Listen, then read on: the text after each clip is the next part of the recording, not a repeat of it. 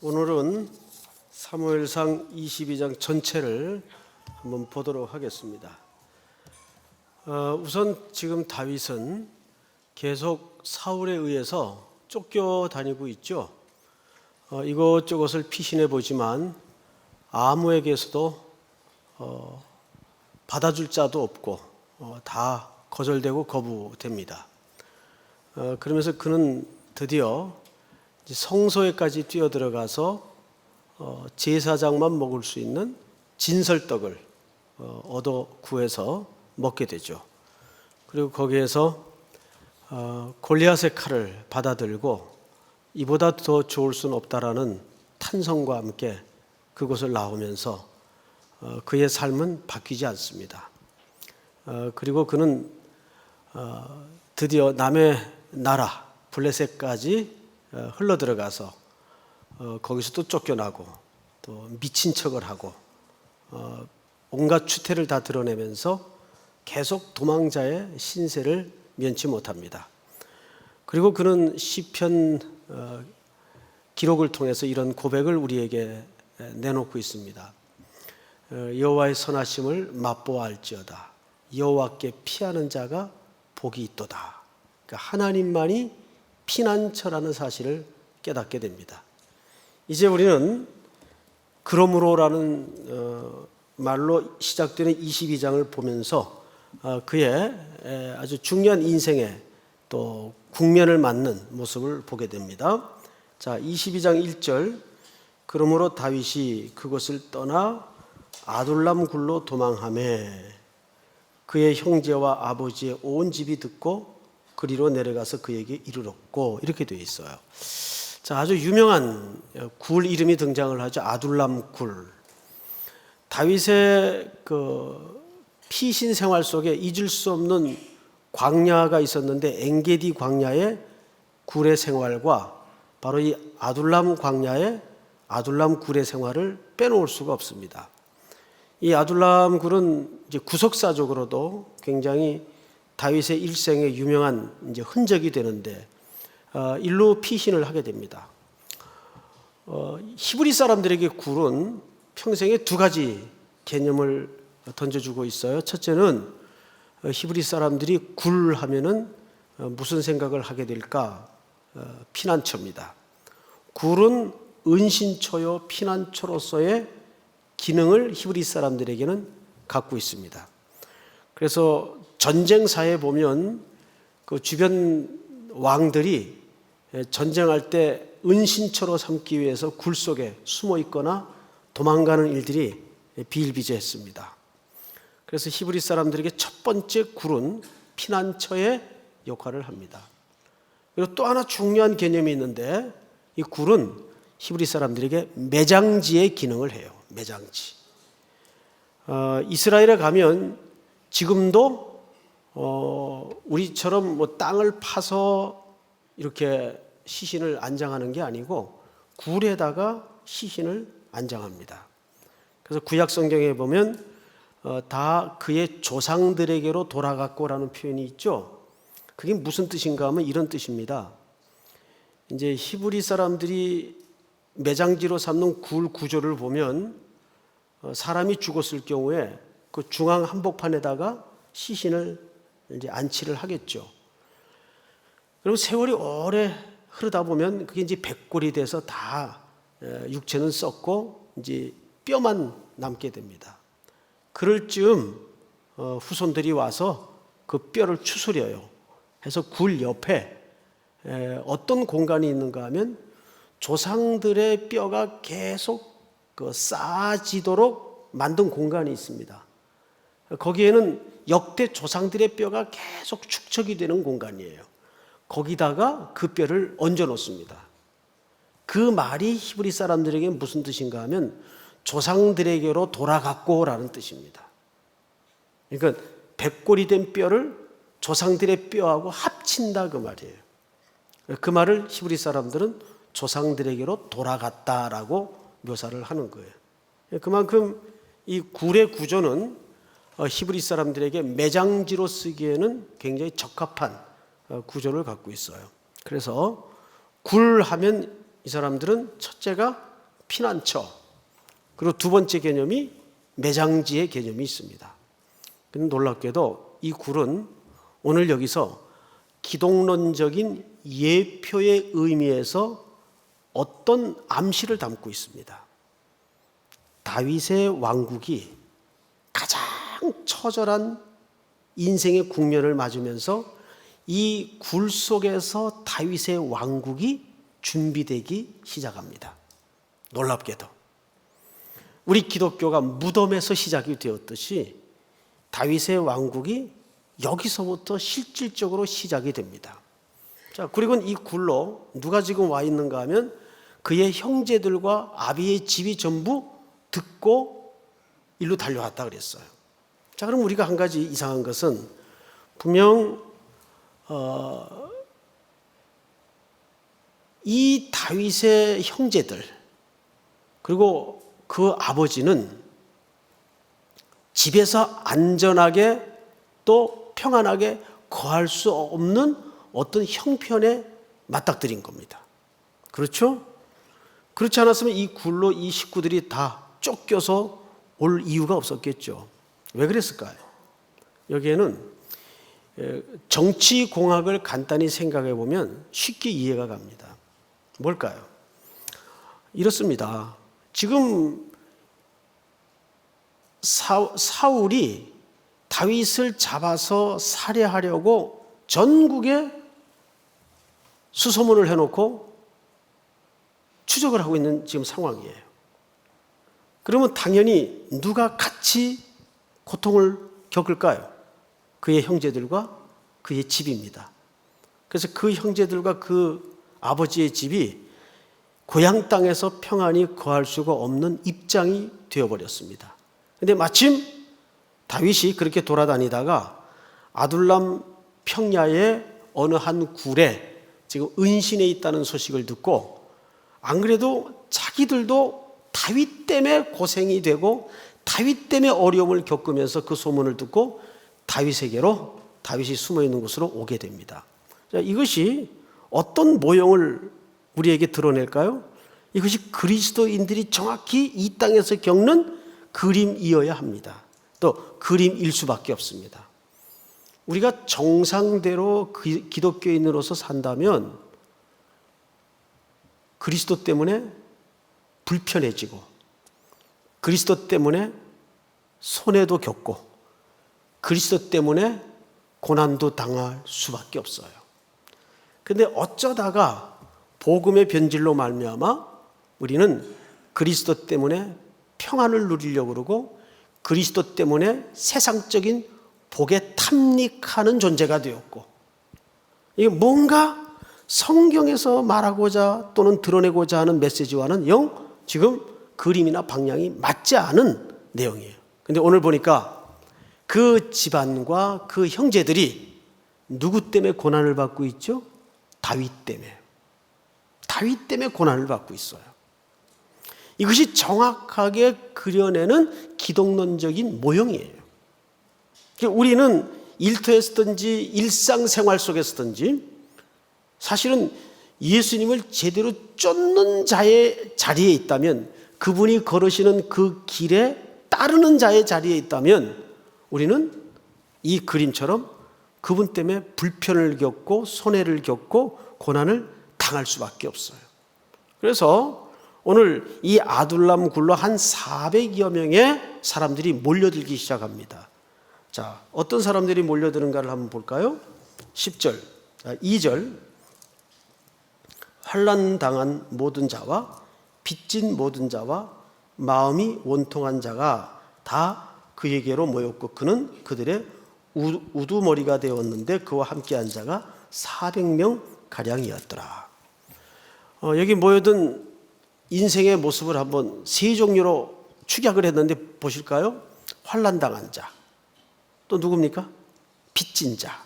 빚진 자는 갚을 수 있는 능력이 안 되는 사람들을 얘기합니다. 그리고 마음이 원통한 자라 그랬어요. 이 사람들은 당시 어쩌면 그 사울의 왕국과 그 사회로부터 철저하게 고립되고 거절된 사람들이에요. 그런데 여기서 마음이 원통한 자라는 말의 이 의미를 잘 이해하셔야 되는데, 이 말의 출처는 요한복음에서 정확하게 똑같은 그림을 발견할 수가 있어요. 예수님이 많은 사람들을 들녘에 앉혀놓고 말씀을 가르치다가 저녁이 되어가요. 그런데 그 들에는 아무것도 이 많은 사람들을 먹일 양식이 없습니다. 그러자 제자들이 먹을 것이 없습니다. 계산 끝에 결론을 냅니다. 그러자 예수님께서 너희가 먹을 것을 주라 하고 제자 공동체에게 말씀을 하세요. 사실은 그게 제자 공동체, 오늘날 말하자면 교회 공동체의 책임이에요. 너희가 먹을 것을 주라. 그러고 나서 예수님이 아예 한 끼 식량을 가지고 오병이어의 역사를 드러냅니다. 그때 성경 기자가 정확하게 밝힌 용어 하나가 뭐냐 하면 그들을 보시고 민망히 여기사라는 표현을 해요. 그 민망히 여기다는 말은 아시는 대로 창자가 끊어지는 아픔, 이런 뜻입니다. 창자가, 단장의 아픔이라 그러잖아요. 창자가 끊어지는 아픔. 사람이 너무 마음이 아프면 속이 들러붙죠. 속이 뒤틀려요. 너무 마음이 아프면. 그러니까 예수님이 먹을 것이 없어 빈들에 버려져 있는 그 청중들을 보면서 마음에 민망히 여기셨다. 단장의 아픔을 경험했다, 그 말이에요. 그러니까 여기서 마음이 원통한 자는 그런 대상들을 얘기합니다. 정확히 누구의 그림인가 하면 이 땅에 사는 구원받을 백성들의 그림이에요. 환난당한 자, 마음이 원통한 자, 빚진 자. 그들은 지금 무엇을 찾아 이 굴로 모여들었을까요? 피난처로 이 굴을 삼고자 모여들었습니다. 그런데 이 굴에서 이 허접한 무리들이, 작은 무리들이 후에는 잘 훈련된 하나의 군대 조직이 되고 나라의 조직이 돼요. 그러니까 하나님의 시작은 늘 이렇게 고린도전서 1장의 기록처럼 세상에 못난 것들, 천한 것들, 부족한 사람들, 없는 사람들을 택해서 강한 자를, 지혜로운 자를 부끄럽게 하시는 것이 하나님의 구원의 방식이에요. 여기에서 그리스도의 나라를 모형으로 담고 있는 다윗의 왕국이 이 무덤 겸 피난처로 인식되어 있는 이 굴에서 태동이 되고 준비되고 시작이 된다는 거예요. 어떤 사람들에 의해서? 환난당한 자, 빚진 자, 마음이 원통한 자들을 통해서. 그러니까 팔복의 말씀 가운데 예수님이 궁극적으로 일관되게 해오셨던 말씀이 뭐냐 하면 마음이 가난한 자, 그리고 애통하는 자에게 복이 있다 그랬어요. 하나님의 나라는 그런 자들의 것이고 그런 자들로부터 만들어지고 그런 자들로 시작이 됩니다. 믿습니까? 그러니까 부유한 자들에게는 이런 목마름이 있을 수가 없어요.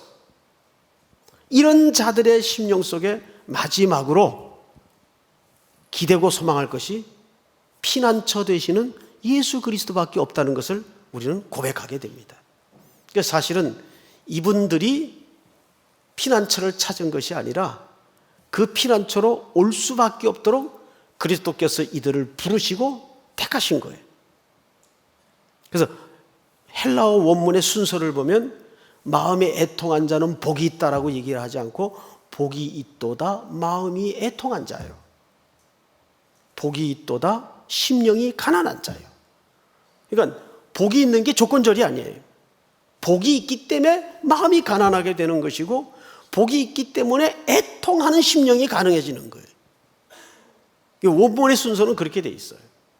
그걸 우리말 번역에서는 마치 마음이 가난해야 복이 있는 것처럼 애통하는 자가 복이 있는 것처럼 조건절처럼 쓰여졌는데 그 순서는 그렇게 돼 있질 않아요. 우리가 어떻게 그리스도에게로 나아갈 수 있었고 가난한 마음으로 그분을 의지하게 될 수밖에 없었고 왜 그렇게 가능했을까요? 우리에게 원천적인 은혜가 임했기 때문에 가능해진 겁니다. 이렇게 이 아둘람 굴로 400여 명의 가난한 무리들이, 애통하는 무리들이, 빚진 자들이 모여들었어요. 그런데 이것이 기독론적인 예표일 수밖에 없는 것은 여기에서 그리스도의 왕국을 감춘 다윗의 나라가 태동되고 시작이 된다는 겁니다. 자, 성경을 조금 더 보십시다. 6절을 볼까요? 6절.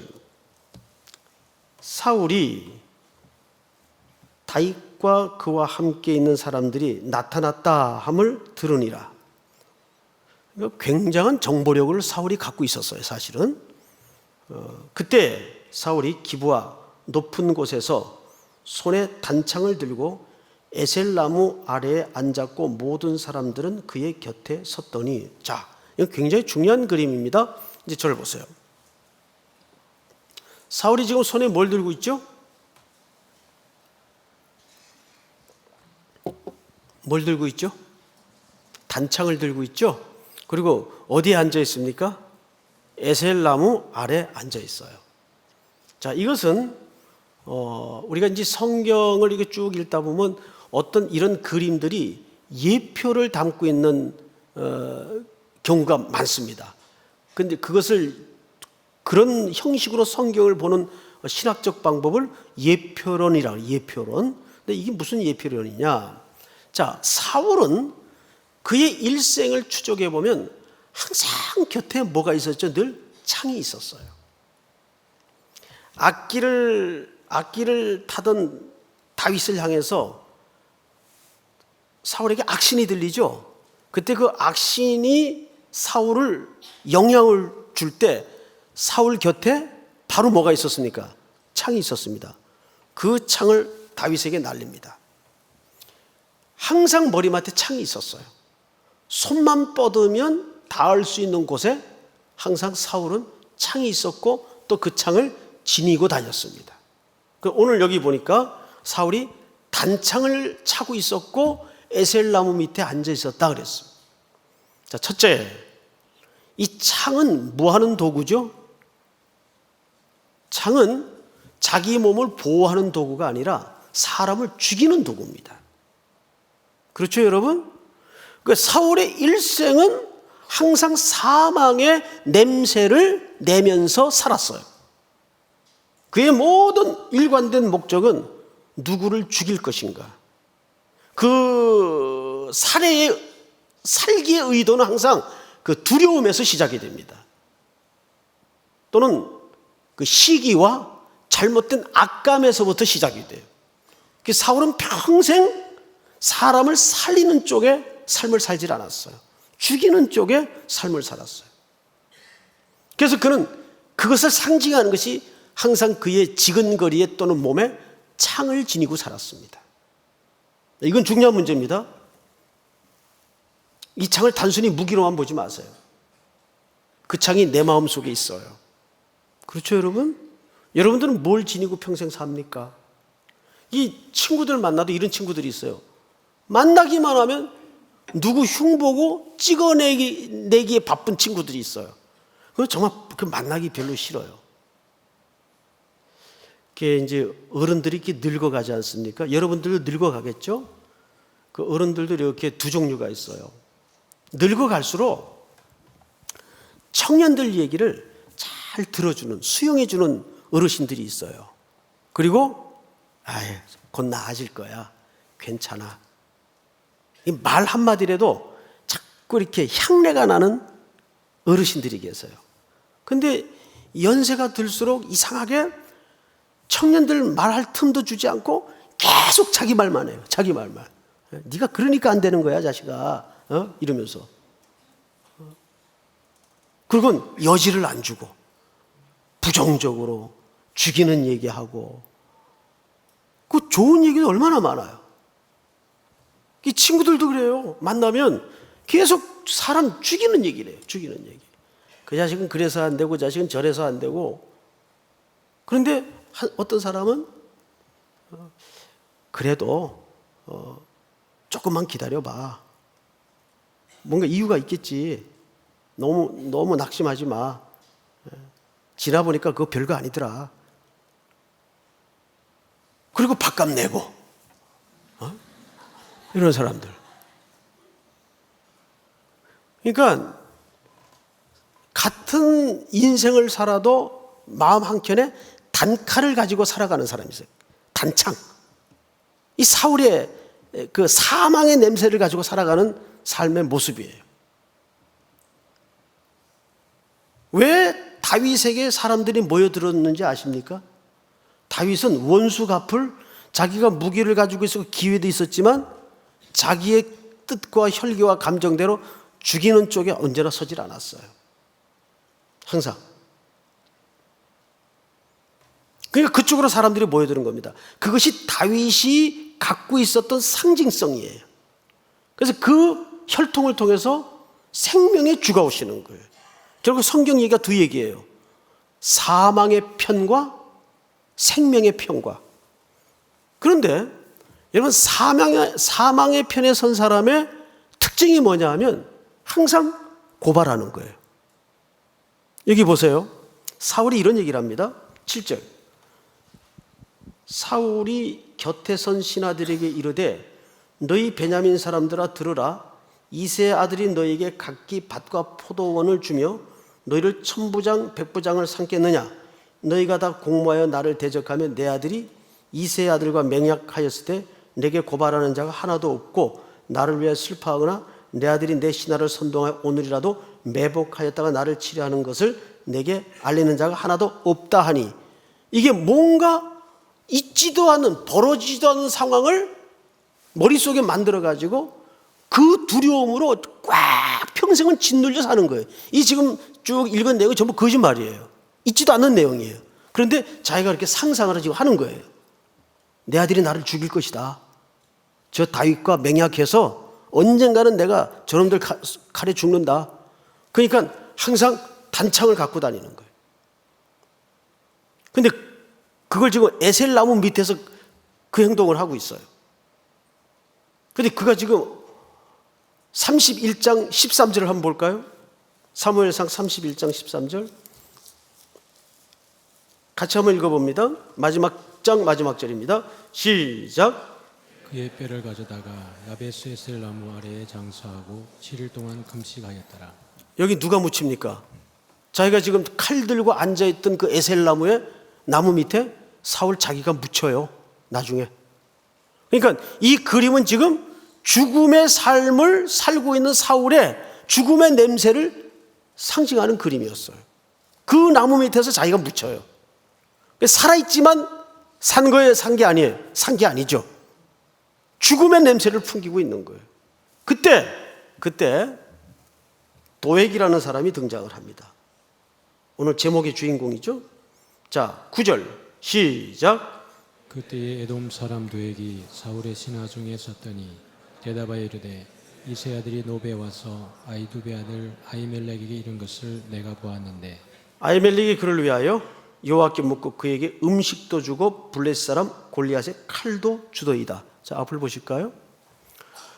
우리가 지난주 21장 강의를 하면서 성소에 배가 고파서 뛰어든 다윗을 제사장 아히멜렉이 제사장만 먹을 수 있는 떡을 허기진 다윗을 살리기 위해서 줍니다. 떡을 줍니다. 이건 말하자면 율법을 어기고 깬 거예요. 근데 그 모습을 커튼 뒤에서 사울의 목자장, 이 도액이라는 사람이 봤어요. 근데 이 사람이 그때 그걸 터뜨리질 않고 그걸 품에 딱 갖고 있습니다. 단창으로 갖고 있는 거예요. 오, 나한테 들켰어. 이건 정치적으로 언젠가 써먹을 때가 있을 거다. 그 품고 있다가 사울이 나라의 최고의 지도자가 열받아 있을 때 그때 이 도액이라는 사람이 탁 나서서 그때 그 사실을 고발합니다. 그런 적이 있었습니다. 이 말에 사울이 안 그래도 지금 스트레스를 풀 데가 없었는데 잘 됐다 싶어가지고 제사장 전부 소집을 합니다. 왕이. 제사장들을 소집을 해요. 영문도 모르고 제사장들이 돌레돌레 불려왔습니다. 그리고 어떤 대화가 이제 주고 받아지는 걸 한번 보십시다. 11절. 왕이 사람을 보내 아이두베 아들 제사장 아히멜렉과 그의 아버지의 온 집 곧 노베에 있는 제사장들을 부르매 그들이 다 왕께 이른지라. 사울이 이르되 너 아히두베 아들아 들으라. 대답하되 내 주여 내가 여기 있나이다. 사울이 그에게 이르되 네가 어찌하여 이새의 아들과 공모하여 나를 대적하여 그에게 떡과 칼을 주고 그를 위하여 하나님께 물어서 그에게 오늘이라도 매복하였다가 나를 치게 하려 하였느냐 하니. 이게 이제 있지도 않은 얘기를 이제 상상을 해서 이제 제사장을 말하자면 신문을 하는 겁니다. 아히멜렉이 왕에게 대답하여 이르되 왕의 모든 신하 중에 다윗같이 충실한 자가 누구인지요? 그는 왕의 사위도 되고 왕의 호위대장도 되고 왕실에서 존귀한 자가 아닙니까? 15절 다 같이 시작. 내가 그를 위하여 하나님께 물은 것이 오늘이 처음이니까 결단코 아니니이다. 원하건대 왕은 종과 종의 아비 온 집에 아무것도 돌리지 마옵소서.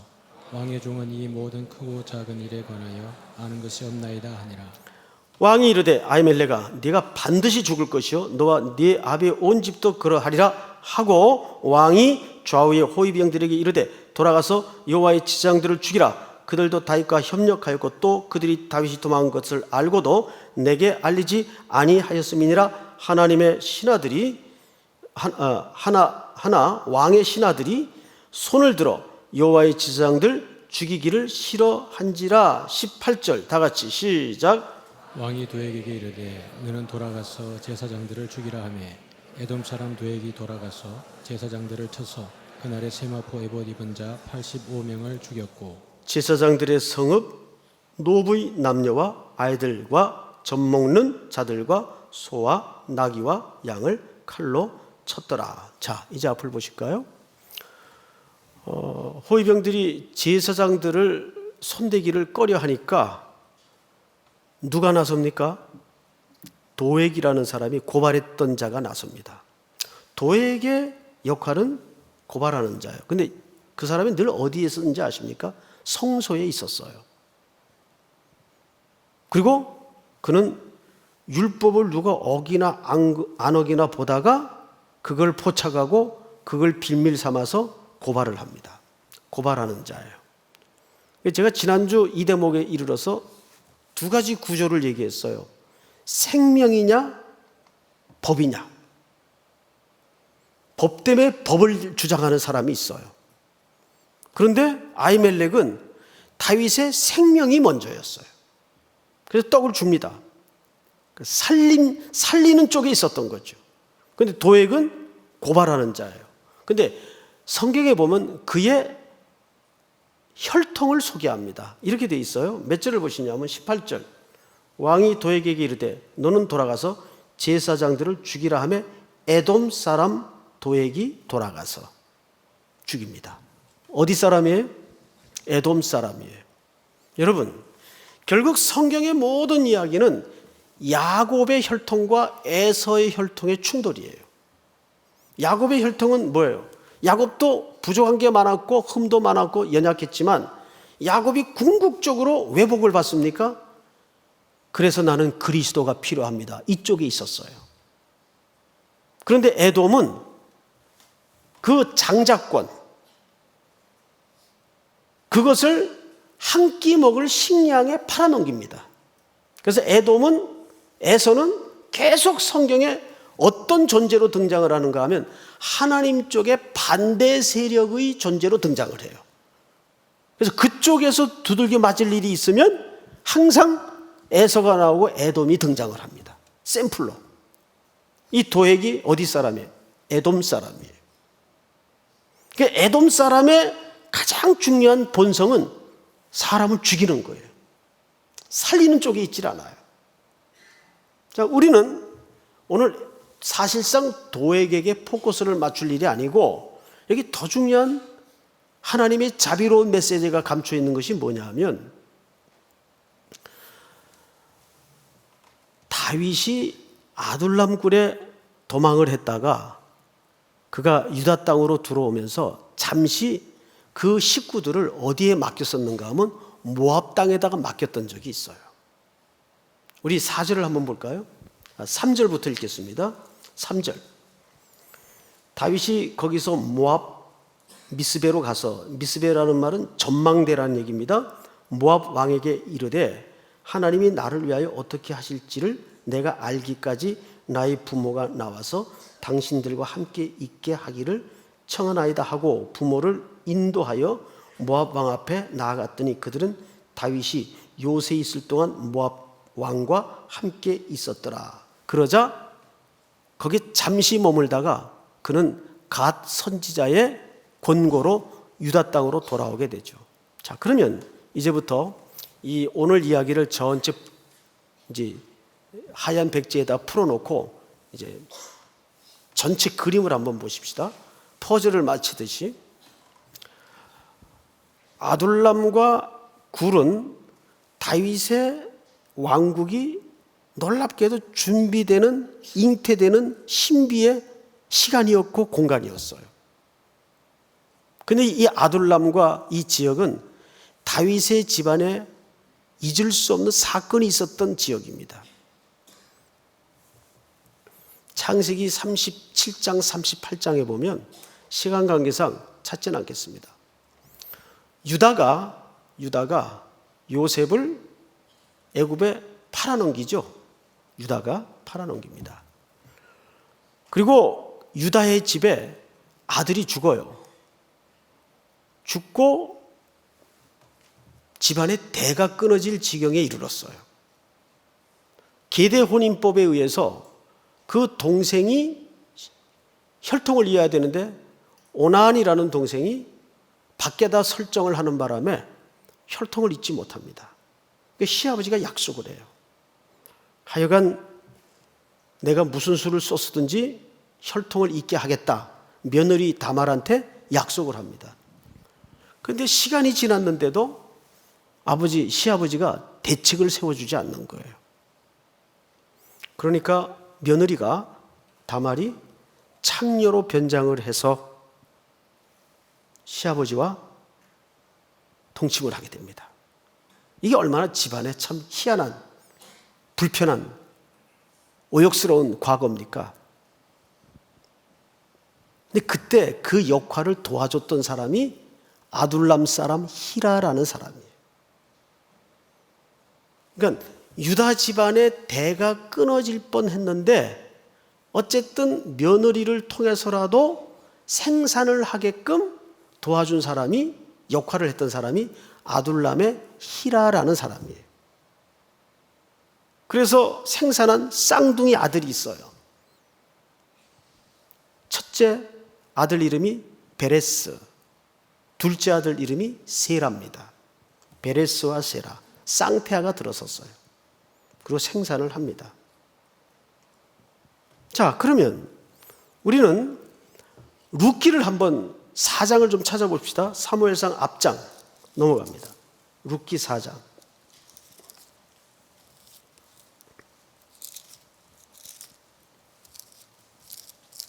4장 16절을 한번 볼까요? 나오미가 아기를 받아 품에 품고, 자, 앞을 보실까요? 원래 이 아기는 이방 며느리 룻이 낳은 아기입니까? 나오미가 낳은 아기입니까? 룻이 낳은 아들이에요. 근데 성경 기자는 누가 낳는 걸로 기록을 하고 있죠? 나오미가 낳았다고 기록을 해요. 기록은 그렇게 하는 거예요. 근데 실질적으로 누가 낳았어요? 이방에서 따라온 며느리 룻이라는 여자가 따라와서 아기를 낳습니다. 나오미는 남편도 죽고 두 아들 말론과 기련도 죽어요. 남자 셋이 죽은 건 집안이 끊어졌다는 얘기입니다. 그래서 여자 셋만 남죠. 여자 셋이 어떻게 대를 잇습니까? 돌아오는 길에 한 며느리는, 오르바라는 며느리는 돌려보내요. 그런데 룻이 끝까지 어머니의 하나님이 나의 하나님이 되고 신앙 고백을 통해서 따라 들어옵니다. 이스라엘 베들레헴 땅으로 따라 들어오게 돼요. 그리고 이삭을 줍다가 나오미의 먼 친척벌인 부자 보아스와 결혼을 하게 돼요. 계대 혼인법에 의해서 순서가 보아스입니다. 보아스가 이방 여인 모압 여인, 그 출신이 어디 여인입니까? 모압이에요. 모압 여인을 통해서 생산을 합니다. 그 족보예요. 그럼 성경을 한번 보십시다. 17절. 그의 이웃 여인들이 그에게 이름을 지어주되 나오미에게 아들이 태어났다 하여 그의 이름을 뭐라 그랬죠? 오벳이라 하였는데 그는 다윗의 아버지인 이새의 아버지였더라. 그러면 다윗의 조상이 누굽니까? 실질적으로 외가댁이 룻이에요. 모압은 다윗의 외가댁이 됩니다. 그 할아버지가 오벳이요, 오벳은 누가 낳았죠? 룻이 낳았어요. 자, 그런데 그 뒤에 기가 막힐 족보 하나가 또 나옵니다. 18절. 베레스의 계보는 이러하니라. 가만있어. 베레스는 누가 낳았죠? 유다가 며느리를 통해서 낳은 쌍둥이 아들이에요. 이게 다윗의 친가 족보입니다. 자, 보세요. 베레스의 계보는 이러하니라. 베레스는 헤스론을 낳고 헤스론은 람을 낳고 람은 암미나답을 낳고 암미나답은 나손을 낳고 나손은 살몬을 낳고 살몬은 보아스를 낳고 보아스는 오벳을 낳고 오벳은 이새를 낳고 이새는 누굴 낳아요? 다윗을 낳았더라. 자, 그러면 이제 정리를 해봅시다. 좀 복잡하긴 했지만 다윗의 외가족부를 찾아 추적을 해보니까 어디 사람이었어요? 모압 사람이었어요. 모압에서 과부가 되어 흘러 들어온 룻이 외가예요. 그 출처예요. 친가는 추적을 해보니까 유다가 며느리에게서 생산한 베레스의 후손이 다윗이에요. 자, 족보를 추적하다가 보면 친가 쪽이나 외가 쪽이나 뭐 내놓을 만한 번듯한 족보가 됩니까? 안 됩니까? 전혀 안 돼요. 족보를 추적하다 보면 무슨 소리밖에 할 말이 없는가 하면 야, 이거 덮자. 무슨 소리인지 알겠어요? 근데 놀랍게도 구원이 덮다에서 시작이 됩니다. 노아가 배를 만들어 놓고 배 옆에다가 뭘 바르죠? 역청을 발라요. 그 역청이라는 말이 무슨 뜻인가 하면 덮다라는 뜻이에요. 물이 새어 들어가지 못하도록 덮는 거예요.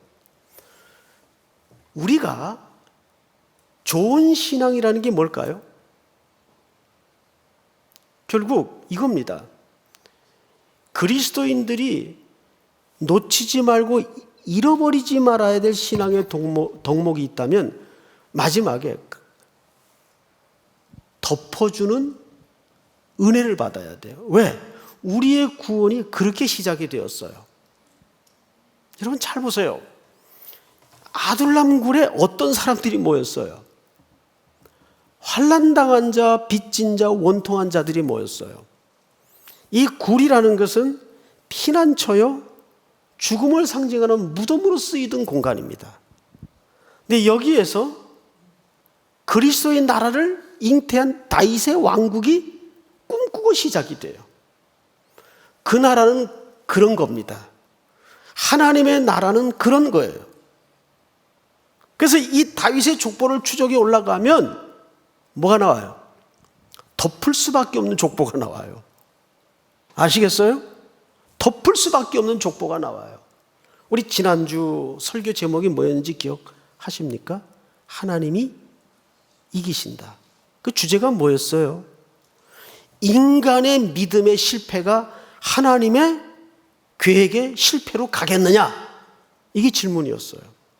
그래서 성경의 역사를 보면 전부 비틀리고 오역된 역사예요.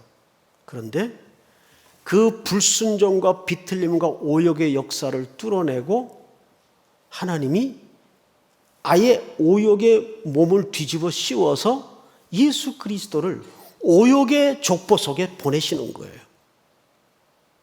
그게 우리의 구원을 향하신 하나님의 지치지 않는 그분의 열심이라는 사실을 놓쳐서는 안 됩니다. 그렇게 구원이 우리에게까지, 그 자비와 긍휼이 우리에게까지 명명백백하게 흘러 들어온 거예요. 믿습니까? 그러니까 구약 성경이나 신약 성경이나 전부 그 얘기를 하는 겁니다. 사실은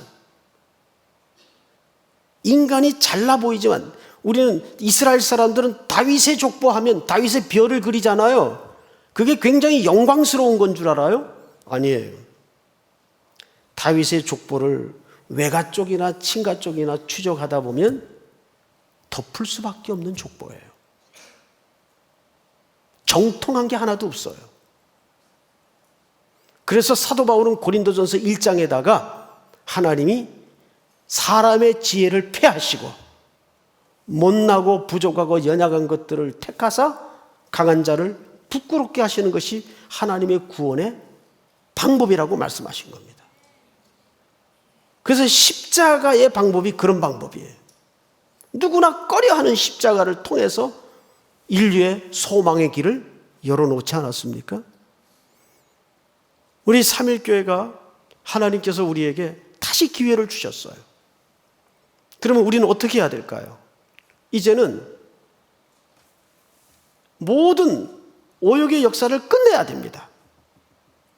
개인이든 공동체이든. 근데 없는 걸로 하자, 이런 끝냄이 되어서는 안 돼요.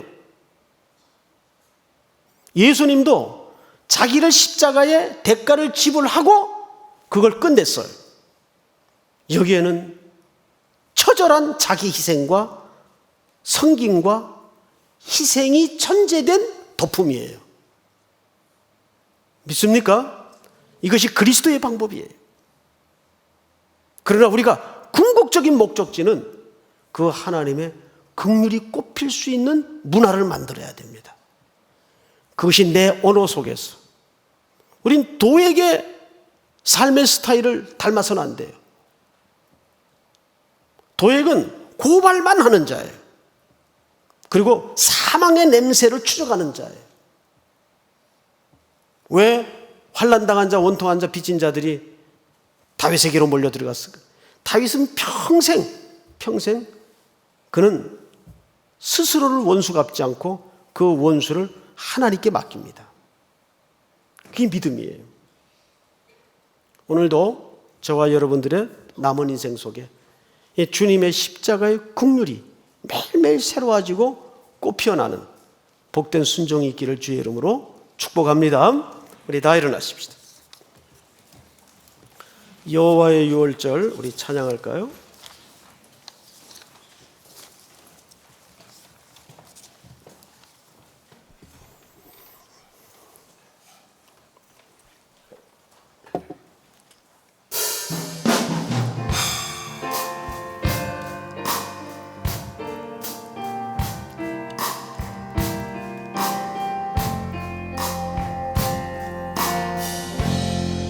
지극히 높은 주님의 나 지성소로 들어갑니다. 세상의 신을 벗고서 주 보좌 앞에 엎드리리. 내 주를 향한 사랑과 신뢰가 사그러져 갈 때 하늘로부터 이곳에 장막이 덮이네. 이곳을 덮으소서. 이것을 비추소서. 내 안에 무너졌던 모든 소망 다 회복하리니. 이곳 이곳을 지나소서 이곳을 만지소서 내 안에 죽어가는 모든 예배 다 살아나리 이곳을 덮으소서 이곳을 덮으소서 이곳을 비추소서 내 안에 무너졌던 모든 소망 다 회복하리니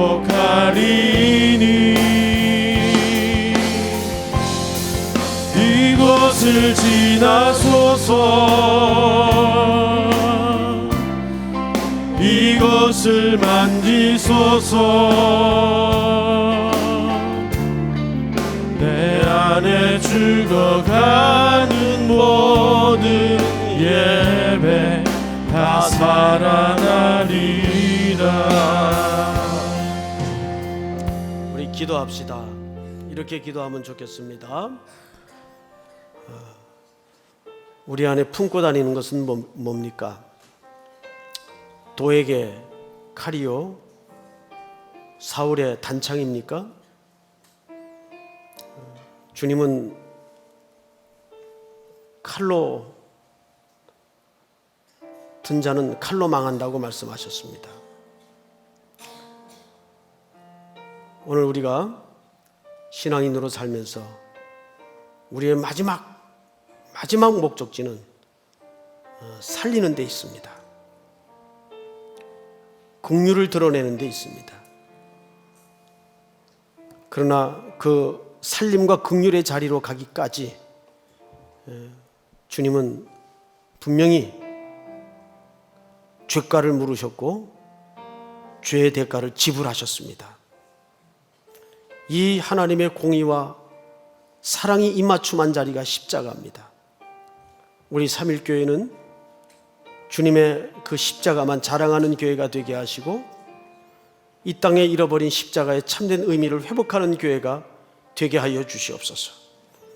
그것이 교회 공동체의 과제만 아니라 내 인생 속에 하나님의 공의와 하나님의 용서가 입맞춤하는 순종이 있도록 은혜를 주시옵소서. 또 남은 하반기의 모든 우리 교회 사역과 일정을 위해서도 우리 다 같이 또 개인 문제를 놓고 우리 기도하는 가운데 우리 개인적으로 정리하시기 바랍니다. 소리내서 기도하겠습니다. 걸어가신 아버지 하나님 감사합니다. 하나님의 자비 앞으로 주님의 긍휼을 묻도록